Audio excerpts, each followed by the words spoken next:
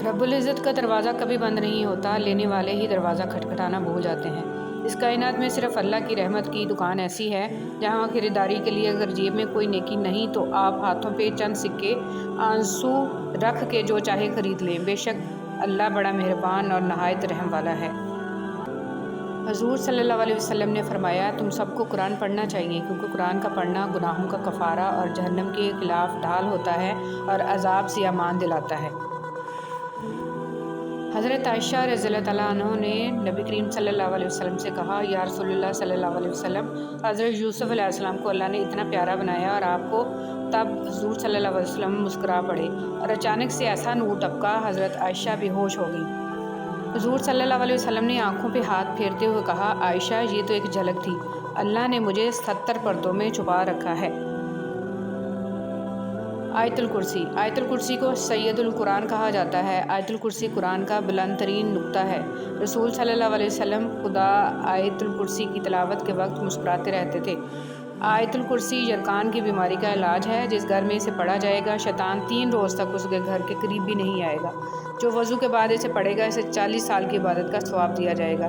इसकी 70 बार तिलावत मालच की दुआ की मोहताजी ख़त्म कर देती है। घर से बाहर निकलते वक्त आयतुल कुर्सी का पढ़ना मकासद में कामयाब करवा देता है। नबी करीम सल्लल्लाहु अलैहि वसल्लम ने फरमाया कि एक शख्स का इंतकाल हुआ, कब्र में इससे सवाल हुआ, हमारे पास कोई नेकी है? इसने कहा, मैं लोगों से खरीदो फरोख्त करता था और जब किसी पर मेरा कर्ज होता था तो मैं मालदारों को मोहलत दिया करता था। अब्दुल्ला बिन उमर रज़ियल्लाहु तआला अन्हु से रवायत है कि नबी अकरम सल्लल्लाहु अलैहि वसल्लम ने फरमाया, 40 दिन में कुरान पूरा पढ़ लिया करो।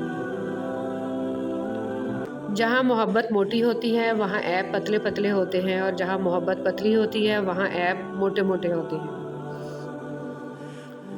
इंसान जो जहर दूसरों को देता है इसे चखे बगैर नहीं मरता। एहतियात कीजिए। बहुत जल्द उकता जाना और बहुत जल्द मुतासर होने की आदत तर्क कर दें। इबादत ज़रूर कीजिए मगर मामलात पर भी तवज्जो दें। काबे के चक्कर लगाने से लोगों को दिए हुए चक्कर माफ़ नहीं होते। ज़्यादा अच्छा होना भी गलत ही होता है। पता ही नहीं चलता कि लोग कदर कर रहे हैं या इस्तेमाल कर रहे हैं। लोगों से धोखा खाने के बाद बाज़ दफ़ा इंसान इतना मोहतात हो जाता है कि अच्छे लोगों से भी डरने लगता है। इंसान मरता मर जाए लेकिन कभी भी उन सहारों पर भरोसा ना करे जो कई बार उसकी बुनियादों को हिला चुके होते हैं। बुज़ुर्ग कहते हैं, फसल रंग बदले तो काट दो, लोग रंग बदलें तो छोड़ दो।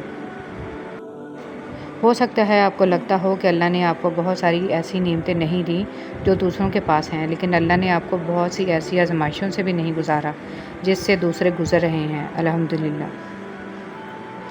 सबसे बड़ा वजीफ़ा गीबत छोड़ दो, दूसरों की बुराइयां पकड़ना छोड़ दो, दूसरों का तस्करा करना छोड़ दो, फिर थोड़ा सा अमल भी तुम्हें बहुत नफ़ा देगा।